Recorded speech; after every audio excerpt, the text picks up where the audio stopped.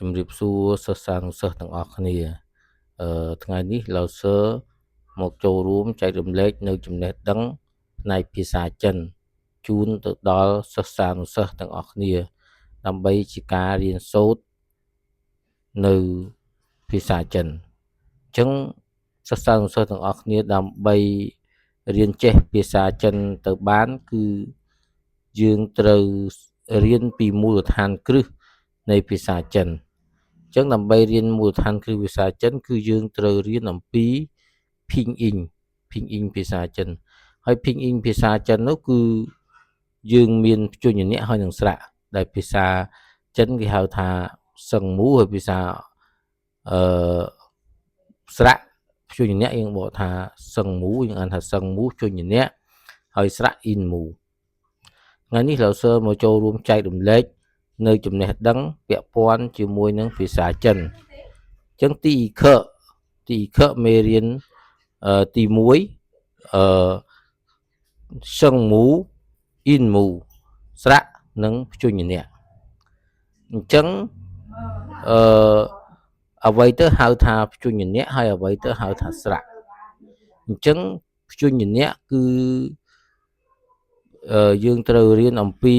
ដូចជាយើងរៀនភាសាខ្មែរអញ្ចឹងយើងត្រូវមានព្យញ្ជនៈហើយនឹងស្រៈអញ្ចឹងគឺយើងត្រូវចេះព្យញ្ជនៈហើយយើងយល់ដឹងពីព្យញ្ជនៈហើយយើងត្រូវយល់ដឹងពីស្រៈកាលណាយើងចេះព្យញ្ជនៈនិងស្រៈហើយយើងត្រូវយកព្យញ្ជនៈនិងស្រៈនោះទៅប្រកបចូលគ្នាទើបយើងអានចេញជាសំឡេងភាសាចិនទៅបានប៉ុន្តែដោយលោកសឺនិយាយបញ្ជាក់អញ្ចឹងថាភាសាចិនគឺអត់មានព្យញ្ជនៈហើយនឹងស្រៈទេភាសាចិនគឺមានតែអក្សរនិងគំនូសប៉ុន្តែយើងរៀនភីងអ៊ីងនេះគឺយើងរៀនដើម្បីជាការងាយស្រួលក្នុងការប្រកបអានក្នុងភាសាចិនតែប៉ុណ្ណោះអូខេឥឡូវជាកិច្ចចាប់ផ្ដើមលោកសឺសូមអានមេរៀនទី1គឺទីអ៊ីខណាទីអ៊ីខមេរៀនទី1សឹងមូព្យញ្ជនៈអ៊ីនមូស្រៈចឹងថ្ងៃនេះលោកសឺចាប់ផ្ដើមបង្រៀនអំពីព្យញ្ជនៈគឺសឹងមូព្យញ្ជនៈអញ្ចឹងទី1យើងអានថាពភ័មហ្វ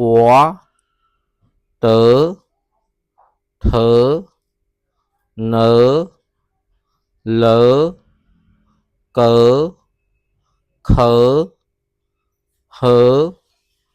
ជីឈីស៊ីជឺឈឺឈឺយឺ滋吃诗一乌ឬក៏វ៉ានេះគឺផ្នែកខាងព្យញ្ជនៈ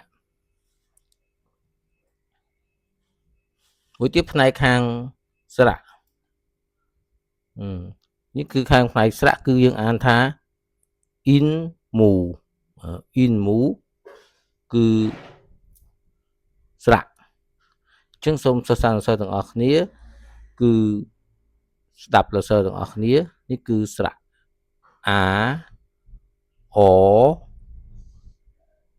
អអ៊ីអ៊ូអ៊ីនេះគឺយើងអានអ៊ីដែរតែអ៊ីមកស្រួចអ៊ីអាយអីអ៊ុយអាវអូអ៊ីវអ៊ីអេឬក៏ខ្វេអឺអានអិនអ៊ីនអ៊ុនអ៊ីនអាងអឹងអ៊ីងអុងអែវអៀនអៀងឬក៏យើងអានថាអៀងឬក៏អៀងអ៊ានអ៊ៀនតែអ៊ៀនមកស្រួចកន្លែងនេះគឺមកស្រួចអ៊ងឬក៏អ៊ួងសុងឬក៏សុងអ៊ូឬក៏អ៊ ủa ủa cái này ủa quay khoai nhưng khoai các bạn được quay này ní tiếng Anh ní cứ chia in mũ nhưng hà thà sạ hai bánh bánh là sơ án nó cứ hàng mục nó cứ chuyên nhìn nè trứng cái ní là sơ bằng riêng chuyên nhìn nè hơi nâng sạ rồi sơ sang sơ thằng ọc ní bàn dùl ông pi chuyên nhìn nè hơi nâng sạ trứng cả na dương dùl ông pi chuyên nhìn nè hơi nâng sạ baទើបយើងអាចបន្តរៀនភាសាចិន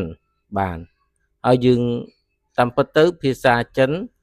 វាអត់មានស្រៈព្យញ្ញៈទេវាមានតែគំនូសក៏ប៉ុន្តែយើងរៀនភាសាយើងរៀនពីនេះគឺដើម្បីងាយស្រួលក្នុងការទៅប្រកបអានភាសាចិនចឹងហើយមូលដ្ឋានគ្រឹះនៃការរៀនអក្សរសាស្ត្រចិនឬក៏រៀនភាសាចិនហ្នឹងគឺយើងត្រូវចេះពីនេះជាចម្បងអញ្ចឹងថ្ងៃនេះលោកសើបរៀននឹងអស់គ្នាត្រឹមជួយអ្នកហើយនឹងស្រាក់សិនអញ្ចឹងសប្តាហ៍សាក្រោយលោកសើនឹងបរៀននឹងអស់គ្នាអំពីការប្រកបយកជួយអ្នកហើយនឹងស្រាក់ប្រកបចូលគ្នាថាតើយើងប្រកបចូលគ្នាយើងអានយ៉ាងម៉េចហើយបន្ទាប់មកទៀតយើងនឹងបង្រៀនពីសំឡេងការប្រើប្រាស់សំឡេងដូច្នេះដើម្បីឲ្យលោកសើបានបន្តការបង្ហាត់បង្រៀនភាសាចិននៅក្នុងសង្គម channel YouTube របស់លោកសើអញ្ចឹងសូមសិស្សានុសិស្សទាំងអស់គ្នាចូល subscribe channel YouTube របស់លោកសើឲ្យបានច្រើនចូល view channel YouTube របស់លោកសើឲ្យបានច្រើនលោកសើនឹងបន្តមេរៀនដល់អ្នកទាំងអស់គ្នាបន្ថែមទៀតអញ្ចឹងមានតែការចូលរួម subscribe channel YouTube របស់លោកសើទេ